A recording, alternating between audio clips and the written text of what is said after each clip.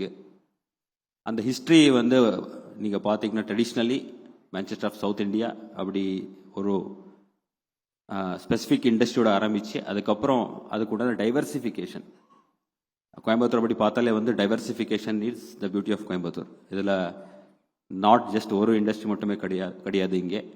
இதில் வந்து ஏற்கனவே அந்த ஏவியில் கூட நம்ம பார்க்கும்போது டீட்டெயிலாக பார்த்தோம்.